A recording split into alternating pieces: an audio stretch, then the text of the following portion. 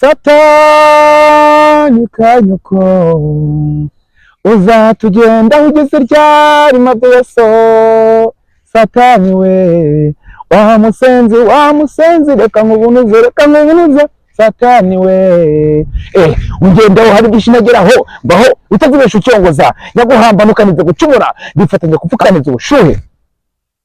Rero niyo mpamvu mubyuti ngewe akimara kunsanga mu buriri yasanze mu buriri arambye ati wa mwana tugiye kwishimisha ngo ndakwereka uburyo kitwishimishamo atangira kuzana amavuta yakoreshaga ngo yo mu bitinganyi bwabo simbizi urumva wowe ni wari ubisobanukiwe ariko we yari yaje yakwiteguye yaje yanyiteguye.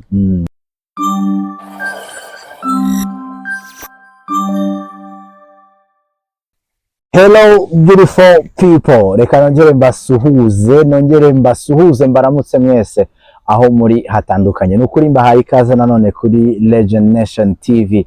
Umuhungu wanyu Mico Myiza Axel nk'ibisanzwe. Intego yacu ni ukubagezaho ibiganiro byiza kandi muzagira icyo mwigiramo. Munyemerere rero mbaha ikaze aho muri hose hatandukanye. Nongere kwihanganisha kuri wowe uri kutwumva ariko utameze neza. Kuri wowe utameze neza reka nkubwire ngo humura. Uyu munsi biba bitameze neza ariko byanga bikunda no mu kwizera ejo bizagenda neza. Mbahaye ikaze rero, mbahaye ikaze mu kiganiro. Gusa uyu munsi sindi njyenyine ariko uwo mbazaniye noneho ni umuntu udasanzwe ufite inkuru idasanzwe. Ndabizi neza ko muri buyikunde kandi turi buyigiremo byinshi. Mr. Kayusi aka Shitani, amakuru? Kwiriba umusamariyakazi yahinze umushitsi ubwo yahuraga n'umuyuda umuganiriza neza byari ibintu bidasanzwe umuyuda kuvugana n'umusamariya neza byahoraga ni Pastor Kayusi nubwo watangiye uvuga ngo ni Shitani ntago nkiri Mr. Kayusi nta nubwo nkiri Satani Kayusi ubu ngo ni Pastor Kayusi. Ikaze Mr. Pastor Kayusi. Mwese yimbazwa badukurikiye ndabifuriza amahoro n'umugisha ku Mana kandi ubu buhamya tugiye kubaha n'iki kiganiro tugiye kugirana nizere ko kiri bakore ku mitima. Hari abo biri byigishe, hari n'abantu bazajya banagenda banadukurikirana mu buzima uko busanzwe nuko bwije, ariko murakoze cyane. Ni Pastor Kayusi. Kayusi, impamvu nari nangiye mvuga ni aka Shitani ni uko hari abantu benshi bakumenyera mu bikorwa twakita by'urukozasoni, reka no gutinya kubivuga by'ubutinganyi, kandi nawe ubwawe n'ubuhamya utanga uvuga ko ari ibihe wahozemo. Muri icyo gihe kenshi wiyitaga Shitani, menya hari warifataga nk'inshuti ya Shitani? Ego cyane ko nari nkiri mu bintu by'ubutinganyi.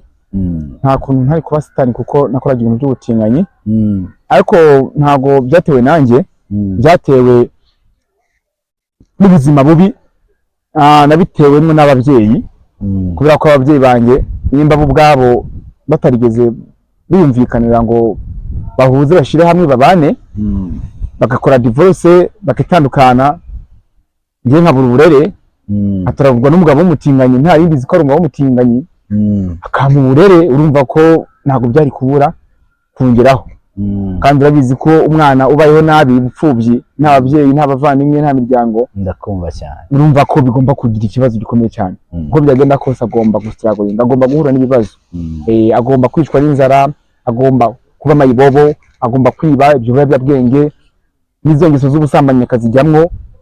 Urebye bibaho mu buzima. Yego, urwo rugendo rwawe, iyo nkuru yawe ibabaje mu butinganyi, gutabwa n'ababyeyi, gutoragurwa n'uwakureza akaba ari we wakwinjije muri ibyo bikorwa, ndagira ngo mbere yuko tuza kugaruka ku nkuru yo gukizwa kwawe, twongere dusubire inyuma ahashize. Ninza kugukomeretsa cyangwa kugira bibi nkwibutsa, ndabyihanganira ko n'ubuhamya turi gutanga. Ndagira ngo hari byinshi bitubaho uyu munsi, abantu benshi bakajajinga babirimo ariko nyamara batazi neza impamvu yabateye kuba bari muri ibyo bintu. Ndagira ngo nicyo tugiye guheraho.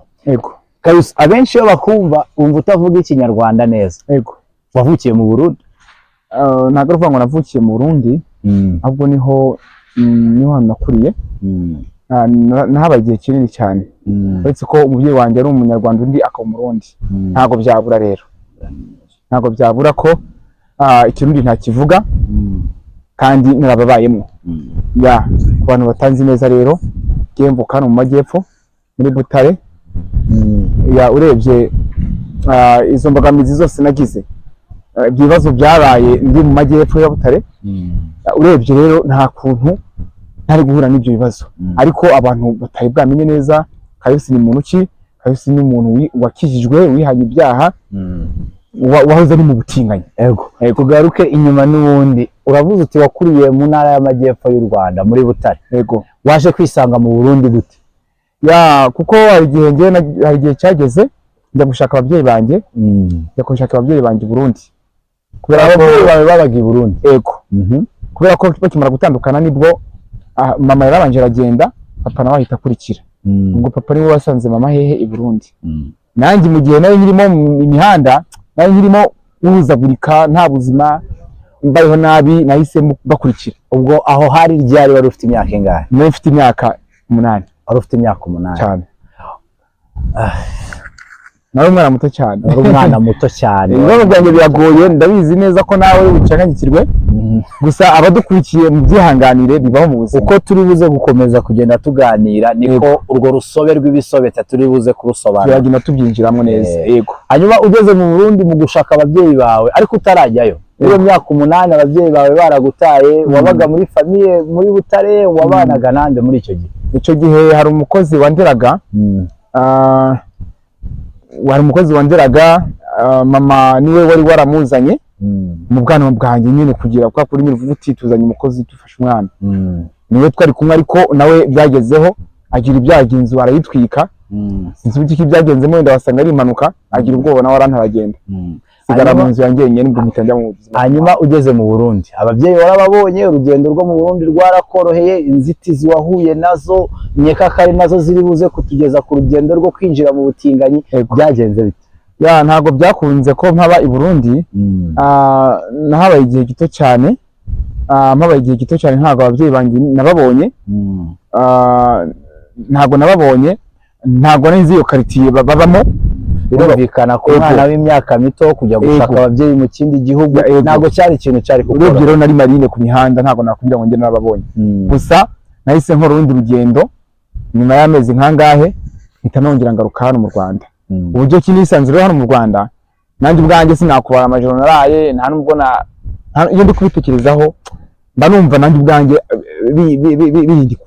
bindi kure cyane ntago bikurura mbyumve neza kuko ntago nari nzi inzira iri bujyanikangeza aha ngaha nisanze Burundi ntazi ko ariho bakambwira ati wageze Burundi hano ni Burundi nongera ndagaruka ntazi inzira nisanga mu gihugu cy'u Rwanda nyine ntabizi neza ubwo nyene nabaga umuhanda nkavuga uti sasa nciye hano ndapasuye nagiye ntazi no muhanda hano uri bungeze biranumvikana ubwo aho bwiraga ugeze niho nararaga kurya no kunywa kwambara ibyo nidonkerasanye nta nubwo shaka kubivugaho twihutishe Kayusi utangira ubutinganyi yego byaje gute wabyinjiyemo gute wabyigijwemo nande ya ubwo nkimara kuva i Burundi abyiranye nababuze nibwo nagarutse hano mu Rwanda mu ntara y'amajyepfo nyine n'ubundi wari ukiri muri Butare mu ntara y'amajyepfo niho nagarukiye niho nahise mba nongera nsubira mu buzima bw'umuhanda none ntoragurwa n'umuntu nakwita ngo ni umubyeyi we yarazi ibibazo nagize yarazi ibibazo papa na mama bagize barahukana baragenda sibyo hagati aho rero arambwira uti wa mwana we ngwino ngewe nkwirerere mujyane mu rugo ababyeyi bawe nibaza bazaza kugutora iwanjye ntabwo nzi ko ari umutinganyi rero urumva ko we yanaraguye mfite imyaka 9 wabonaga ari umubyeyi nabonaga ari umubyeyi rwose umupapa rwose wiyubashe pe sibyo unabyibushe mu kuntu ubona muko nakuze mu kuntu ntagahara karaje sibyo burya nimukaboneye abagabo bagenda gutya ntago bamuza bari sibyo rero ndavuga uti ndatomboye ubu ngubu mbonye aho kuba mbonye umubyeyi azajya inyambika azajya ndisha yewe azajya no mu ishuri numvaga ko ubuzima buhinduka numvaga ko rwose nabawe birangiye ariko noneho ikintu cyo kuntungura nuko twamaranye umwaka umwe atangira kungaragariza imico itari myiza kuko ngewe ntago nari nzi ngo kwishimishanya k'umugore n'umugabo bikorwa gutya, ntabwo nari nzi ngo ubusambanyi ngo bukorwa gutya. Bikada jewe numvaga yuko ariko Imana yabiremye. Atangira kumbwira ngo Imana yaremye umugore n'umugabo, ariko ngo abagore ngo bagomba kuzijya baryamana bahuje ibitsina, ngo n'abagabo nabo bakaryamana bahuje ibitsina. Izo nizo nyigisho yaguye mu byambwiraga. Kandi ngo vuba aha ngaha mu gihe nza kujyana no mu ishuri, nkabyumva nkarenzaho nkicecekera. Ariko noneho ikintu cyaje kunungura mu ijoro rimwe nateze kuzibagirwa, nibwo yaje azana n'abandi bagabo babatinganye. Uwo mugabo wari waragufashe ngo kuko yabaga nasambana nijoro, simbimenye, simbyiteho, nkumva urusaku, numva abantu barimo kuniha mu byumba bitandukanye, ariko simbyiteho. Habaza umukozi yari afite ati se ko mba numva abantu bavuga nijoro iyo ndyamye nkabura ibitotsi, ni ibiki bavuga nk'abantu barembye, nk'abantu barwaye malariya. Akambwira ati uyu mugabo nubwo muri kumwe gutya ngo abafite ngo abagore baza kumureba, ngo abagore ko nta mugore ndabona, ko mbona haza abagabo ngo na abagabo bigize abagore, ngo bita ngo na abagabo baryamana bahuje ibitsina. Uko utabimbwiye se urumva ko icyo nanjye guca ubwenge, wari utangiye guca ubwenge n'amatsiko y'abana wibaza byinshi. Yego ndi kugira imyaka 11. Gusa ko utabimbwiye ngo yarambujije kuzajya mpora mvuga ibye. Yari yarahaye gasopo, yego. Iryo joro byakugendekeye bite? Yasanze mu buriri arambye ati mwana wanjye niwe ngo mugore mfite, ngo iryo ngo tujye kwishimishanya. Ndamubwira ati se turishimishanya gute? Ngo wari ugeze ku myaka 11. Yumvikana ko akantu k'ubwenge kari gatangiye kuzamo, ngo turishimisha. Wibuke yuko nabaga mu gipangu cye, ntabwo nari nemerewe gusohoka, nta nubwo n'umukozi yemeye kunsohora, kubera ko bari baranamundishije, nawe urumva yarabihemberwa. Iryo joro yasanze mu buriri arambwira ngo ashaka twishimishanya, ngo niwe mugore wanjye ufite. Ndamubwira ati se ko nta mabere ngira, ko nta gitsina gore mfite, turishimishanya gute njye nawe?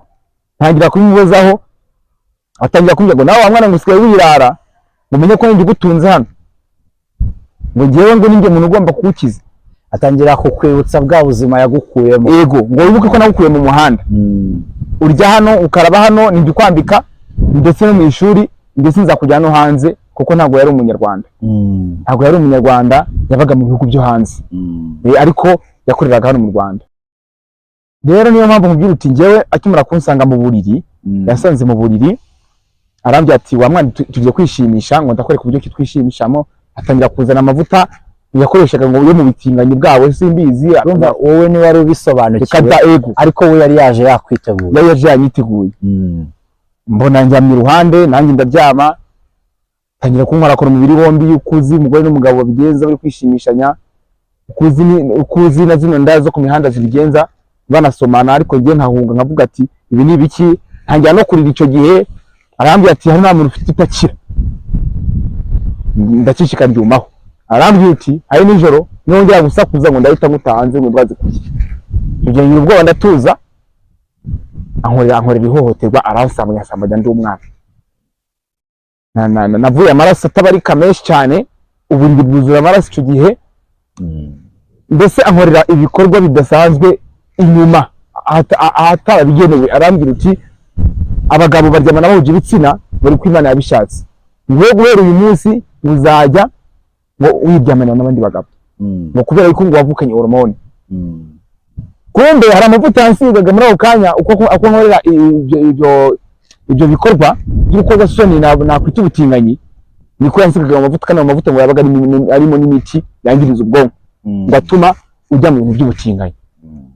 Nuko rero iryo joro bukiye bwa mu gitondo nabyutse nta gutambuka, agatege ntako, narwaye mu myanya yanjye ikibuno, bimbana ikibazo gikomeye cyane. Kugeza ubwo uwo munsi niriwe ndyamye, kugeza ubwo najyaga no kwihagarika mu bwiherero hituma amaraso, kugeza ubwo naginyaraga amaraso, kugeza ubwo umwenda wose nambaraga wabaga uri kuva amaraso. Umvikana ko ni hohoterwa wakoreye, ni inkuru ibabaje y'agahinda. N'ibyo kinisanze mu butinganyi. Ako se nyuma yaho byakomeje kugenda bite? Yarabihagaritse, yakomeje gukora ibyo bikorwa, nyuma yaho duha ishusho byagenze. Nyuma yaho yagiye mu buzima busanzwe bwe nyene nkuko umuntu ajya mu kazi asiga aho ngaho mu gitondo, ahita ambwira ati ndaza kukuzana abashyitsi nimugoroba ngo mumenyane, azana abatinganyi n'ubundi. Ariko bo ntabwo iryo joro bankoreye iryo hohoterwa. Yesu ashimwe, ntabwo iryo joro bankoreye ihohoterwa. Twaramenyanye gusa nkuko abantu bakwicara bakaganira gusa bisanzwe. Barambwira ati tuzagaruka ubutaha ngo tukuzaniye ubufasha. Ngo twamenye ngo ko abavyeyi bawe ngo bagutaye ngo bavugo bari batangiye kukwinjiza mu ishyirahamwe ry'abatinganyi. Yego, kunyegereza. Yagiye ndavuga uti wow, uti ndumva abagira neza batangiye kuboneka, ubuzima bugiye guhinduka. Nawe wabonaga abantu ari bakuru ukumva ko hari icyo bagiye kugufasha kisumbuye. Iminsi ikomeje, iminsi irakomeza tukinjiye mu mwaka wa 12. Ubugeze imyaka 12. Ubugeze mu myaka 12. Turi kumwe, turi kubana. Noneho mu mwaka ndi kugira iyo myaka, ba bagabo byasezerano basezeranye byo kuzaza ngo baje kumufasha, baje banzaniye icyo bita bya bindi abana bibindisha, navuga ko ari pampa zimwe z'abana, zimwe abana bibindisha z'impinja. Mbona bazanye amavuta, mbona bazanye ngo n'amapiridanse, mbona bazanye n'utuntu ku ruhande ntari nsobanukiwe neza. Abo niba abantu bari inshuti za wa mugabo babizana mu ikarito rwose, bari barakwemereye Imana, bishimira ko ubonye abantu bazagufasha. Mu nyuma utungurwa no gusanga ibyo bari bakuzaniye byari ibikoresho n'ubundi babindisha abana. Ndibaza se bino bintu banzaniye n'ibiki? ngo zino papa nguzajya uzikoresha ngo mu myanya yawe y'ikibuno, kubera yuko ngo tuba tuzi ko ngo ubumanzi bwawe bwarangiye, ngo ubusugi bwawe ngo bwararangiye. ngo uriya mugabo ngo ntago ngo mwahuye se, ngo ntago mwishimishije. Umbye ati yego byabayeho kuko nari namaze kubyiro marikamo ko bigomba kuzajya nyene bibaho, ariko Imana yari nyene bino ko sinari nzi ngo nahura n'umukobwa ngo ngewe ntamenya kumutereta kuko sinari mbizi. Umva ko ubwonko bwawe bwari bwamaze kwakira. Ubwo natangiye kwisetinga mu bwonko bwanjye yuko nayo ngomba kubyabana n'abandi bagabo kubyitsina, niko gahunda zagenze. Ubwo rero uwo munsi ba bagabo nabo batangiye kunyurira. Bakimara kumpa izo mpano, batangiye kunyurira. Uko baje banyurira nimugoroba, banagenda mu kazi bakongera bakagaruka, ariko ntari ntemereye gusohoka aho ngaho. Jiva ngo nari naramenyereye ngera ku rwego rwo kurwara mu nda, ku buryo nari nziganywa n'imiti ngutuma ngo nibazajya bankora biriya bikorwa ntari buhure n'uburibwe ngo mbabare. Azajya mbere ko mpura n'umugabo akankorera ibyo bintu by'ubusambanyi, mbere yuko dutingana nkabanza nkafata iyo miti nkayinywa kugira ngo numve uburibwe n'ububabare. Ariko nareka gufata iyo miti nanone nkaremba, ahubwo burya uzacungwe abatinganyi ntabwo baba bafite control mu bwonko bwabo, nta no gutekereza kure bajya bagira, gutekereza kwabo kuba kuri hafi. Nivuga ngo imiti y'ubwonko iba yarangiritse. Ubwo buzima nibwo nakomeje kuba, iminsi yakomeza iricuma, iminsi irakomeza iricuma, nkomeza gutingana nabo bagabo kugeza ubwo najyaga ntingana n'abagabo 8 ku munsi. Abagabo 8 ku munsi. Noneho bigira ku rwego rw'uko uwo mugabo yitaga ngo umubyeyi, ngo ari we nita papa, wankuye mu muhanda ko mufasha, navuga ati bwo kundera. Mu gihe yankuye ku muhanda, hari urwego byagezeho nawe atangira no kuncuruza, akazijya ncuruza, akazijya abagabo b'abatinganyi bavuye hanze bakaza bakansambanya. Umugabo yari umunyamahanga n'ubundi yazanaga abandi banyamahanga cyane rwose. Uko nguko niko urugendo rw'ubutinganyi narwisanzemo, ni gutyo urugendo rw'ubutinganyi ngiye narwinjiyemo. Ni ubuhamya burebure ntiyabivuze hano ubwo twaranabirangiza. Mu rugendo wamaze imyaka ingana iki? Urebye ni imyaka 20 nayimazemo. Imyaka 20. Yego. Nyuma yaho umariye gukura, birumvikana kuva ku myaka 11 kugera ku myaka 20 ni igihe kinini cyane. Benshi dutekereza ko umuntu hari aho yakabaye yaranageza akifatira umwanzuro cyane. Mbere y'uko uva mu butinganyi, wowe wiyumva gute? Mbere y'uko mba mu butinganyi cyangwa mburimo? Uburimo utarabuvamo. Yego. Tuve ku myaka y'ubwana aho umariye gukura ugeze mu 15, 18, n'ubundi nta gihe kirarangira, nta gihe nta gihe kinini gishize ngiye mvuye mu butinganyi. Urebye ngiye uyu mwaka nibwo nkijijwe. Nibwo umurimo rero mu myaka uburyo niyumvagamo muri ya myaka ndi mu butinganyi. Uburyo rero niyumvagamo ngiye nambaraga imyenda ya kigore, amakareso, nta gitsina gore ngira, amasutiye, imisatsi natoye n'amazuru n'amatwi, mbese meze nk'umudayimoni. Icyo gihe rimwe na rimwe nkanaririmba n'indirimbo z'urukozasoni. Hari indirimbo nigeze kumva waririmbaga nashaka kuza kugarukaho, sinzi ni ubuhamya, ni indirimbo yitwa Satani. Menyeka ari naho havuye izina ryo kukwitirira Satani. Amagambo yari muri ya ndirimbo ntago yari yoroshye. Wavuga guti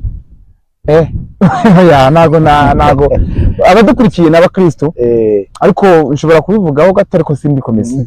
Duhisha n'ishusho uri kuduha noye. Iya ndirimbo benshi barayimenye, iravuga ngo Satani kanyuko uzatugenda ugeze ryari mabyeso, Satani we wa musenzi reka nkubunuze Satani we ungendaho hari byinshi nageraho mbaho utazibesha ucyongoza nyaguhamba nukanize gucumura bifatanya kupfukaniza ubushuhe.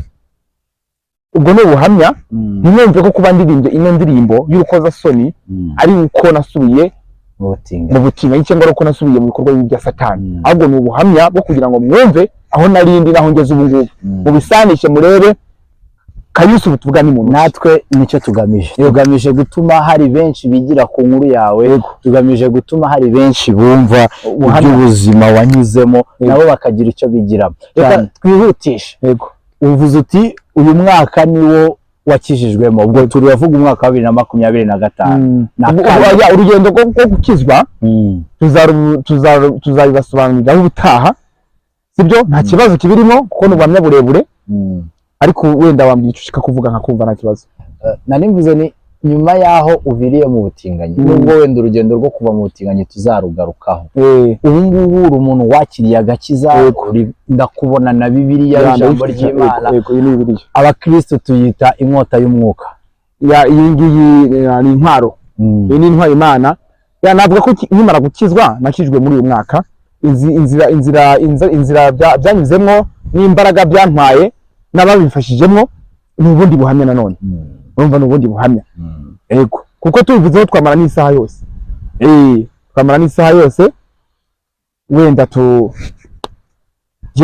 ndaza no kugira inama abantu bagikora izo ngeso z'ubutinganyi. Ahubwo nyemerera tujye kuri icyo ngicyo ku bantu bakiri mu ngeso mbi z'ubutinganyi, n'ingeso zose kunywa ibiyobyabwenge. Aka kanya nkawe wabibayemo uzi ingaruka bigira n'izo byakugizeho, nirihe jambo twakita iryahindura ubuzima bw'abatwumva none?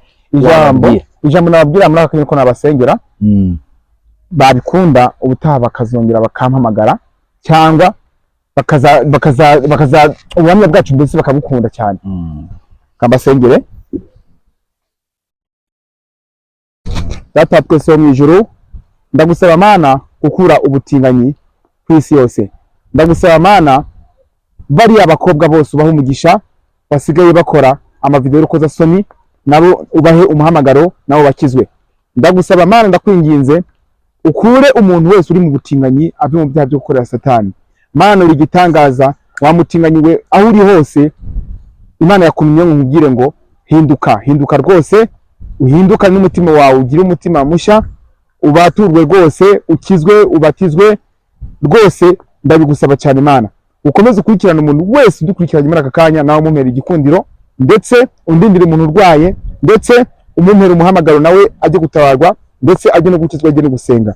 Mana uri gitangaza katika kwa jina la Yesu. Mana umwuka mpumeka n'uwawe, n'abadukurikiye bose n'abawe. Uhe umugisha abanyanga n'abankunda, uhe umugisha abantu bose bafite indwara nabo bakire, uhe umugisha abantu bose bagambanira abandi, uhe umugisha abantu bose bafite indwara z'uburwayi budasanzwe, kugira ngo nabo bahamagurwe nabo bakire. Bigusabye mu izina rya Yesu Kristo, amen. Imana ibahe umugisha. Amen. Reka nanabashimire mwese twakomeje kubana kuri channel yanyu, channel yacu, umuryango mugari w'abakunzi ba Legend Nation TV.